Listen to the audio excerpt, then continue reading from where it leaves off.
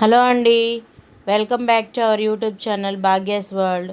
ఎవరైనా కొత్తగా మన ఛానల్ చూస్తున్నట్లయితే తప్పకుండా సబ్స్క్రైబ్ చేసుకోండి. మీకు కనుక ఈ వీడియో నచ్చినట్లయితే ఒక చిన్న లైక్ ఇవ్వండి.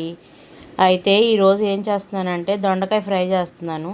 నార్మల్గా ఎప్పుడు దొండకాయ చిన్న చిన్న ముక్కల్లాగా కట్ చేస్తాను అనమాట. ఎప్పుడన్నా కొంచెం టైం లేనప్పుడు, కట్ చేయలేనప్పుడు ఇలా రౌండ్గా కట్ చేస్తాను. దొండకాయ కూర ఎంత బాగుండిద్దో అంత ఇదిగా ఉండిద్దండి. కట్ చేయాలంటే మెడలు నొప్పులు వచ్చేసేస్తాయి. కట్ చేసి హాఫ్ కేజీ కూర తీసుకుంటే ఒక పూటకు కూడా సరిపోదు. టేస్ట్ అలాగే ఉండిద్ది, దానికి తగ్గ పని అలాగే ఉండిద్ది. అందుకే రేర్గా వండుతాను నేను దొండకాయ కర్రీ.